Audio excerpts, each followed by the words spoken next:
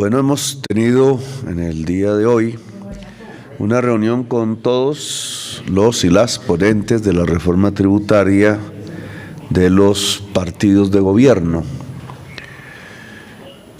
Y hemos llegado a las siguientes conclusiones para presentar la ponencia final al último debate de la reforma tributaria en las plenarias, que comenzará la elaboración final de la ponencia la semana entrante. Habrá el fin de semana para el estudio de todos y todas las congresistas para aprobar, esperamos, este proyecto de ley en la siguiente semana en las plenarias.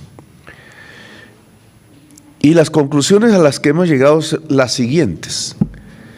La reforma tributaria como tal, su filosofía central consiste en dos aspectos. Uno, aumentar la capacidad de pago del país, su capacidad para pagar sus compromisos internacionales que crecieron lamentablemente de una manera muy alta en los últimos años. Y dos, para aumentar la justicia social en Colombia. Por eso, los impuestos que aquí se han modificado tienen que ver con las capas de mayores ingresos de la sociedad colombiana y no afecta a la mayoría de los colombianos.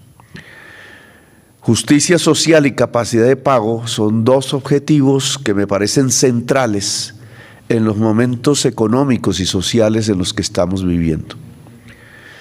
En la reunión con los partidos de gobierno de esta mañana, hemos modificado dos aspectos de lo hasta ahora debatido por las comisiones conjuntas terceras del Congreso de la República, tanto en Senado como Cámara. Un aspecto: no vamos a presentar un impuesto a las pensiones.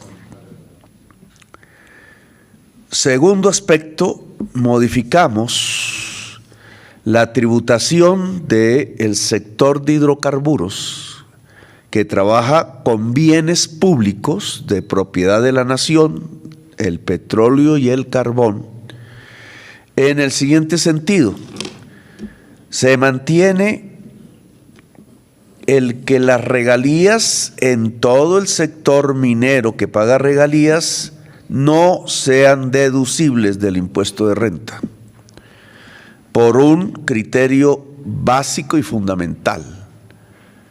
Los bienes del subsuelo de la nación desde la Constitución de 1886 son propiedad de la nación, son propiedad pública, son propiedad del pueblo colombiano. Y en esa medida la nación, cuando concede su explotación económica por un particular, tiene el derecho a unas regalías y por tanto estas no son parte de la contabilidad de las empresas privadas que tienen esa concesión y no son entonces deducibles de su impuesto de renta. Dos, modificamos la sobretasa al impuesto de renta que esta ponencia trae y la discusión ha aprobado hasta ahora en las comisiones terceras en el siguiente sentido: la sobretasa al impuesto para el sector petrolero y el sector carbonero dependerán del precio internacional del petróleo y del carbón. En el siguiente sentido, entre más bajo sea el precio internacional, no habrá sobretasa. Aquí hay una fórmula matemática que traza unos percentiles de hasta dónde no hay sobretasa, de dónde a dónde la sobretasa para el petróleo es del 5%, de dónde a dónde la sobretasa con un precio internacional mayor es del 10%, y finalmente para precios superiores del petróleo al promedio de los últimos 20 años, entonces la sobretasa es del 15%. Hay una tasa diferencial para el carbón que comienza un poco más tarde porque sus costos de producción son diferentes y llega hasta un máximo del 10% de su impuesto de renta. Estas son las dos medidas que se han tomado.